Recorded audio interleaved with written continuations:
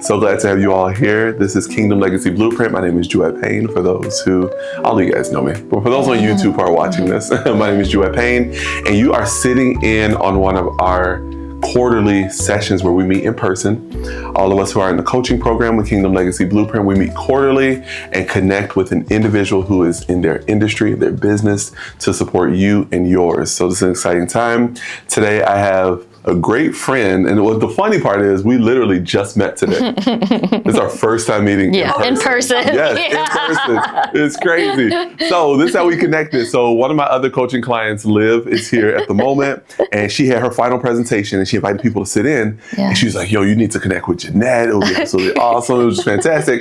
So she's been working as my COO for Starving Artist courses, specifically helping me to get everything in order for the courses that we're building, 8 courses. Oh my goodness, she's doing all the back end stuff while we're over here editing. And I go to the website, I'm like, the page is already built out and I don't have to go and do that and this. It was just beautiful. So in order to scale, because this channel is all about scaling, we want to set up systems and put things in place so that you can just operate and make everything flow. Automation, delegation, all these different things, right? So Jeanette is going to talk about what she offers, awesome business, and just want to share that with you. And afterwards, you can all ask questions. All right, I'll give you the floor. Right. Thank you, Jeanette. Yes, I am Jeanette Jane. I'm the founder of Dayon Solutions, which provides operational solutions for overwhelmed founders. I help create bring calm to your chaos by creating systems, rhythms, structures, and helping you with your teams. So today, I'm going to tell you a little bit about my business, but I wanted to also share some little factoids and just something that I think will help you get ahead of your business. So I meet a lot of founders that are starting to scale, so they're starting to grow their business, and they all kind of have the same issues. So I'm hoping today we can talk about how you, even no matter what stage your business is at today, even if you're, if it's just you as a solopreneur, how you can think about scaling even at this stage. Because I think no matter what stage you're at, you can think about growth and scaling. And because, this is a coaching for kingdom-minded entrepreneurs. This is also an element of stewardship. So God has given you a vision for your business. And so thinking towards what it could be in the future and making a plan for it is definitely in line with how God wants us to build with Him. Today's goal is to give you a clear, useful way to think about growth and scale, to share practical steps that you can start using now. Like I said, it doesn't matter what stage your business is at, if it's just you or if you have a team. And then I'm also going to share with you how I support founders when it's time for them to need help. Growth does involve having more people, and your revenue is increasing because you're adding more people. So Liv, in your model, you have more people, you have more departments, and so your departments can take on more. So more people, more hours, more tools, more capital. Whereas scaling is your revenue increases without a matching increase in resources. So you have systems that are set up that are automated, you're putting in the same amount of effort, but you're not investing as much in the business. So your margins are going to be much larger, and then there's going to be less strain on the founder. So both are great aspirations, but scaling, I think a lot of businesses, that is a goal for them because obviously there's a lot of appeal to that. Why would we care about growth and scale right now, even if our businesses are just us? I think that preparing right now can build a solid foundation for your growth. So again, it's that stewardship piece. You want to make sure that you are stewarding well the idea that God has given you by laying that foundation well through the things that you're going to use to scale. It also helps you to avoid burnout and operational chaos later. So I told you I talked to a lot of founders that are starting to scale. The reason they need me is because the business growth has surpassed what they can handle. So that is an ideal place to be because we saw scaling, it's less effort for them, but they're actually trying to hold all the pieces together. They do need someone to come in to hold some of those pieces for them.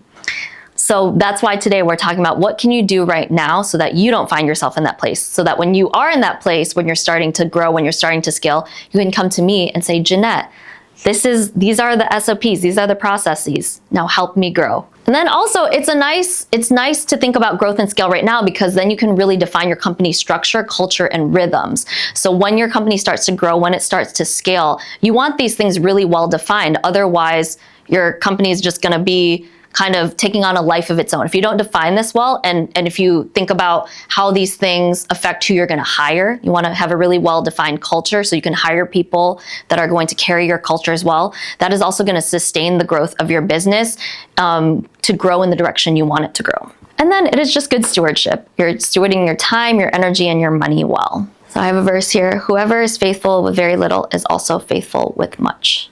How can founders prepare for growth and scale? Okay, so this is where we have the action items. So can anyone define what an SOP is? Liv. Standard operating procedure. Awesome. And what would you say it is simply? It's kind of like the A to Z of how something is done. Yeah, great. And I would say even simply, it's instructions. It's like, you get something, some electronic, and it's your instruction manual. It tells you how you put it together, even like IKEA furniture. This is how you get it from a pile of wood into a cabinet. So something you want to do is document what you do repeatedly. So I'm sure there are many processes that you have that you repeat. Like you, Gabriella, were telling me you're posting on social media, you use an app. So that even with the app, there are certain inputs that you have to do, correct? You can't just say, make me a social media post, blah, blah, blah, and it does it exactly how you want it. You still have to input something. I'm sure you're doing that on a repeated basis. So an SOP for you would be documenting what the input is that you do so that you could eventually give this to someone else and they could create the same thing that you have created on your own. Automating where possible, where you said you've used that tool. When someone signs up for a course, they automatically get an email that says welcome. And then when they get to a certain point in the course, we try to upsell them on something. And then when they get to another point, then we try to upsell them on a different feature, virtual one-on-one lessons. So once you get to a point where you can invest in more tools, the automations are all kind of in there. Also, bringing in experts to fill the gaps. So this is something you can do even when you're small. So for me, I'm not a social media guru, and I recognize that this is something I could either spend 20 hours on trying to figure out, or I can work with someone who is an expert and have them spend 2 hours with me and give me a plan that I could then implement. It won't take me 20 hours, or it won't take me just 2 hours, but it will not take me 20 hours. So I think a good practice is to start bringing in experts to fill the gaps. And there are people who can work with you at your price point. You just have to go out and meet people.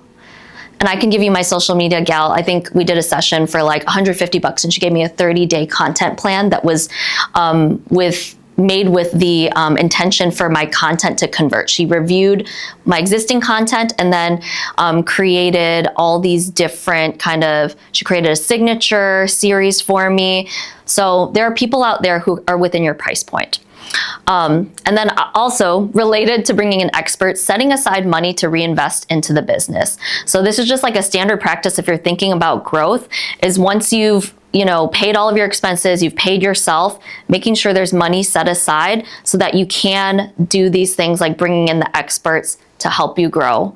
And then scheduling time to work on your business, work on the business. So this seems very obvious, but for those that are balancing client work, or if you're going to markets, it can feel hard to make the time to work on the business. So I recommend picking a time that, whether you're a person who likes to sit down for hours and you could be really focused, picking whatever day you have, and block it off for, don't schedule any meetings on the day where you can go to a place and just sit down and hunker down.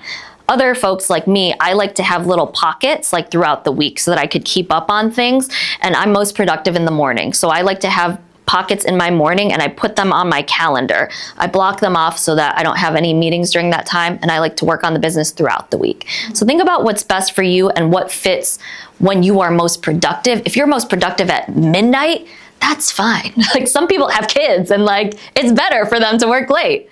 Yeah, feel?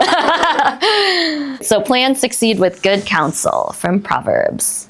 All right, so a simple weekly habit. Let's get into this even more. So I've told this to live, treat your business like another client. So for us service providers, we have clients that we balance where we're doing work with them, we're meeting with them, and then we're also, trying to get more clients. So that's all kind of in a cycle, but you need to treat your business like it's its own client. So I would say my recommended is to spend at least 2 hours per week dedicated to growth and thinking about the structure of your business and fine tuning it. And if that's not possible, if you are busy, if you have a full-time job and this is just your side gig, start with just 30 minutes a week, because 30 minutes a week is better than 0 minutes a week. So please take that to heart. And then you can use that time to improve one system that you have, right? One SOP, standard operating procedure.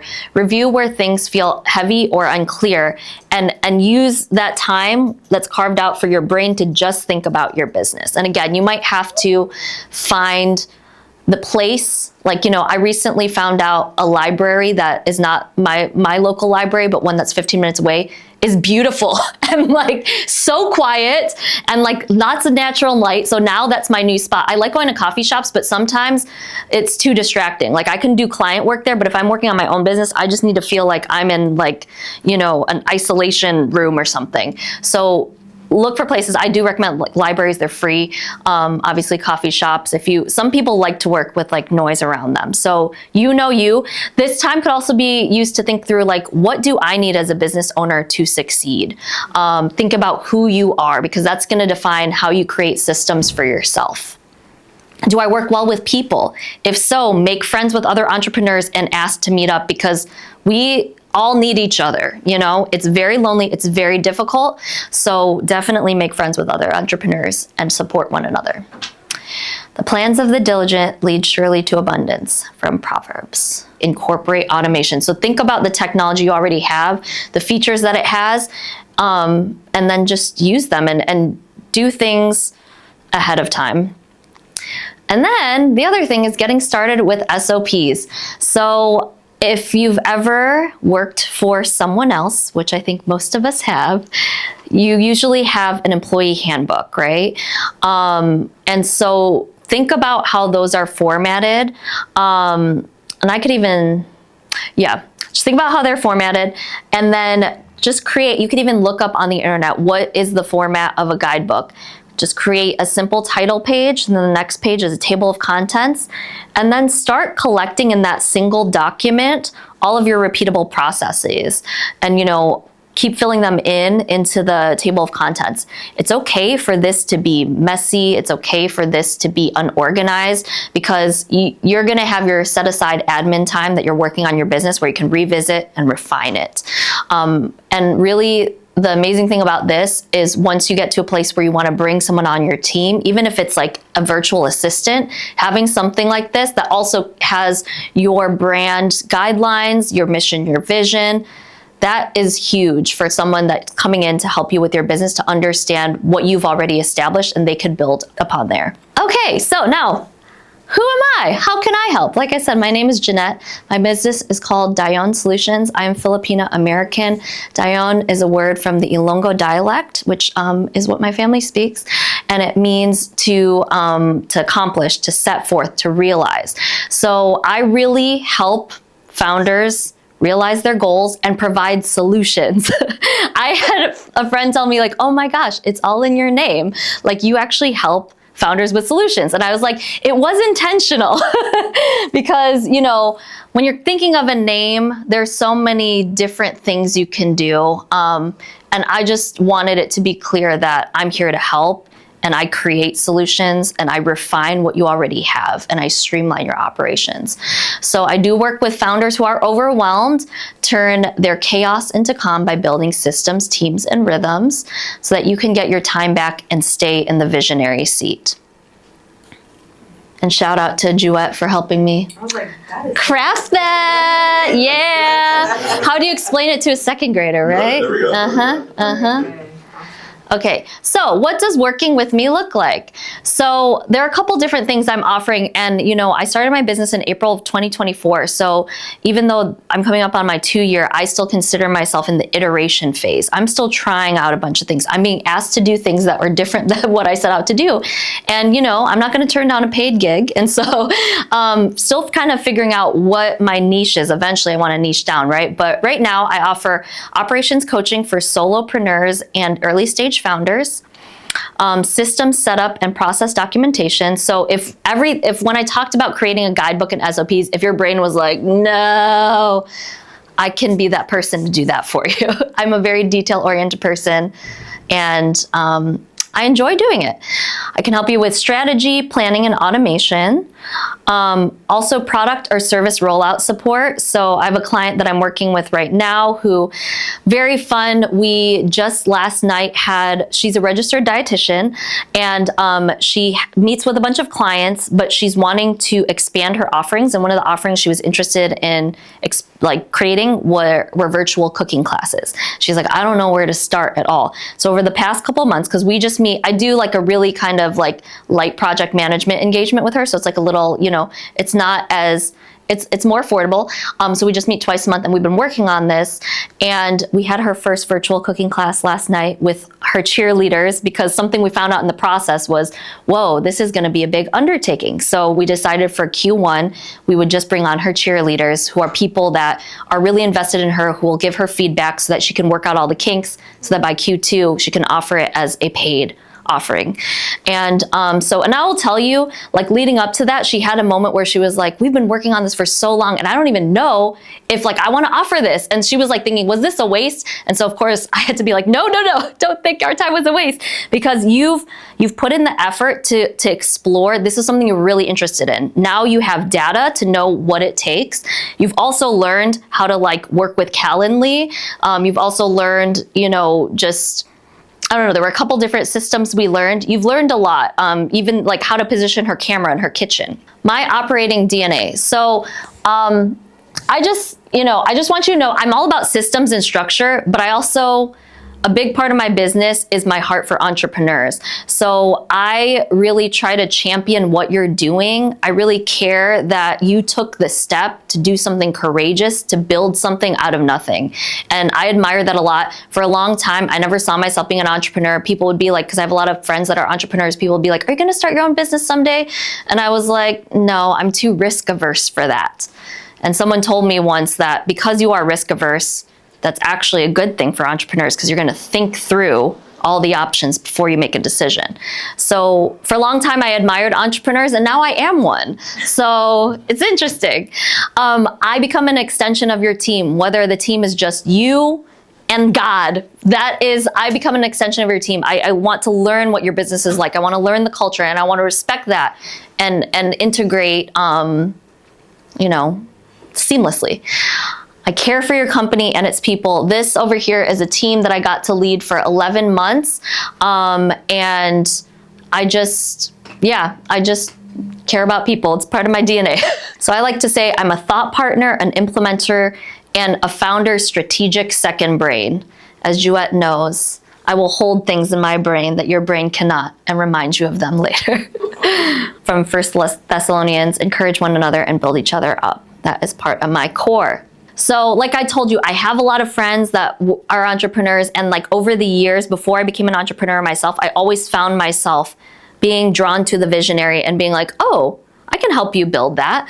So that is part of why I've been drawn to this work. Also, I worked for many years, 10 plus years, with other founders on their businesses. I was managing them, wearing a ton of different hats. And so I know what it's like to work with a founder. My design is that I am organized, I am an implementer, and it just brings me joy to work with people and to push ideas forward from ideation to, living out in the world. And then I do believe this is my calling. Many times I would tell God, can I just do something else? Because it's really hard. So I do believe I'm called to do this, and that's why I continue putting one foot in front of the other. And to your point, Gabby, you know, when you have those seasons where you don't know what's happening, I just like ask the Lord, like, God, what is the purpose of this season?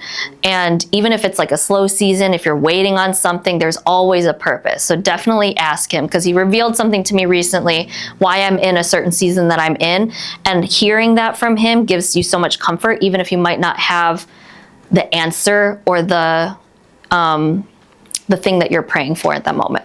Okay, so Jeanette told me to give an offer. So here's the offer, everyone. So usually we'll be around $147. So I'm offering it today for $97. So you get a chance to work with me and have me make things for you. This QR code will take you to my socials. I think it should have my email address. So if you are interested in that, I can also follow up with you via email on those offers. But just want to say thank you so much for Jeanette for inviting me to speak and for the opportunity. This is my first speaking engagement as a business owner. Yes. So thank you so much. Hey guys, give it up for Jeanette. Thank you. Thank you. Thank you. Awesome. Thank you so much. This is great.